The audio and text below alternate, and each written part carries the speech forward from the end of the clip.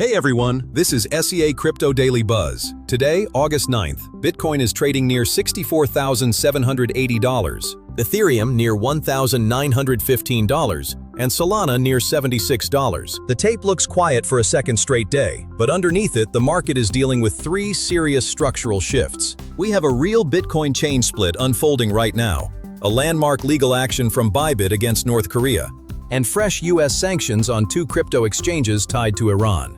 Let's break it all down.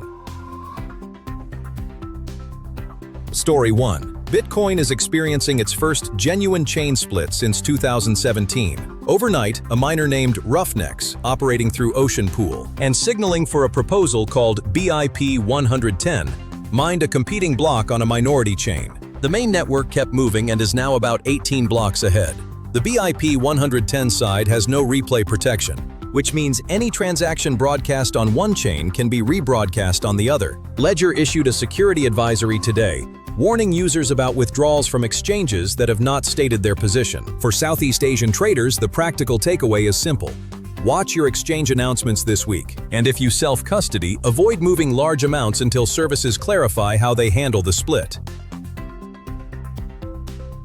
Story 2. Bybit filed a landmark civil lawsuit in the US District Court against North Korea, the Reconnaissance General Bureau, and the Lazarus Group, tied to the $1.5 billion cyber incident from February last year. The court issued a preliminary injunction, ruling that Bybit demonstrated a likelihood of success on the merits. That injunction freezes identified stolen assets currently traceable on-chain. This is the first time a major exchange has taken direct legal action against a state actor in crypto, and it opens a new template for asset recovery. For the region, this matters because a large share of the laundering trail from that breach ran through mixers and thin liquidity venues also used by retail traders. Expect tighter screening on regional platforms in the coming weeks. Story 3. The US Treasury Department added two more crypto exchanges to its specially designated nationals list under a program called Economic Fury. Shelbit, based in Dubai, and Aban Tether, based in Iran, are now formally sanctioned. Shelbit reportedly moved over $4 billion across 2 years, and its founder plus related companies in Georgia, Poland, and the United Arab Emirates were also named. Aban Tether was connected to earlier sanctioned platforms including Nobitex, Wallex, Bitpin, and Ramzanex.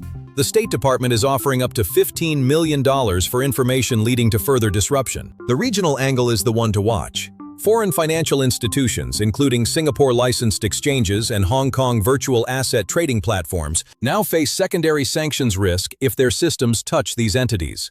Compliance teams across Southeast Asia are running fresh screening today. Here is your quick summary. 1 Bitcoin's BIP-110 minority chain is 18 blocks behind, with no replay protection, so handle withdrawals carefully in the region. 2 Bybit secured a preliminary injunction against North Korea and Lazarus, setting a new legal precedent for stolen asset recovery. 3. The US Treasury sanctioned Shelbit and Aban Tether, extending secondary sanctions risk across the region. This video is for information and education only and is not financial advice. All investment decisions and risks are your own responsibility. If this video was helpful, please subscribe, hit the like button, and turn on the notification bell. And if you want more chart analysis and trading insights, join our free Telegram channel. The link is in the description below. See you in the next one.